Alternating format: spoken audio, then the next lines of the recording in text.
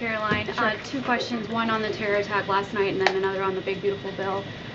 Do you or President Trump have a message to politicians like Ilhan Omar, who only this morning explicitly avoided condemning this act of terror? It's despicable.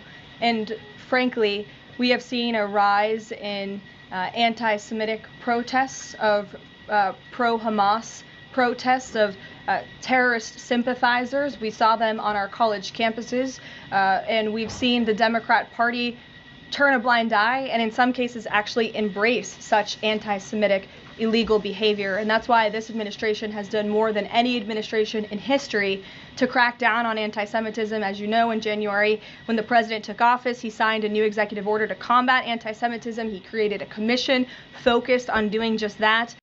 Leavitt concluded by reiterating that President Trump believes hatred of any kind, particularly anti-Semitism, has no place in the United States. The Justice Department announced their task force as well. The Secretary of State, Marco Rubio, has revoked thousands of student visas from campuses where these pro-Hamas terrorist campus agitators and violent protests took place. And we've also withheld funding from those very campuses as well in an effort to combat anti-Semitism. So the president's made it very clear that such hatred will have no place in our country.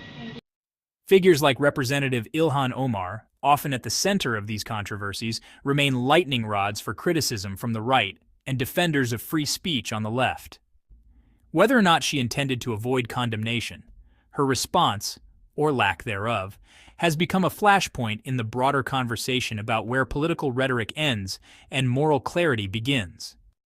The comments come at a time of heightened tension surrounding both international events and domestic political divisions.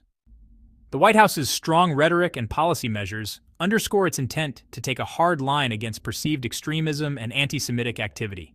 You know, it's clear that they are not holding back in addressing these serious issues.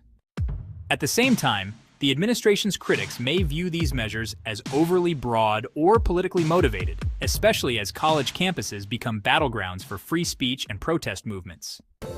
As the situation develops, the debate over how to combat hate while preserving civil liberties is likely to remain front and center, both in Washington and across the country. As always, thanks for watching. If you found this breakdown helpful, hit that like button, subscribe for more content like this, and we'll see you next time.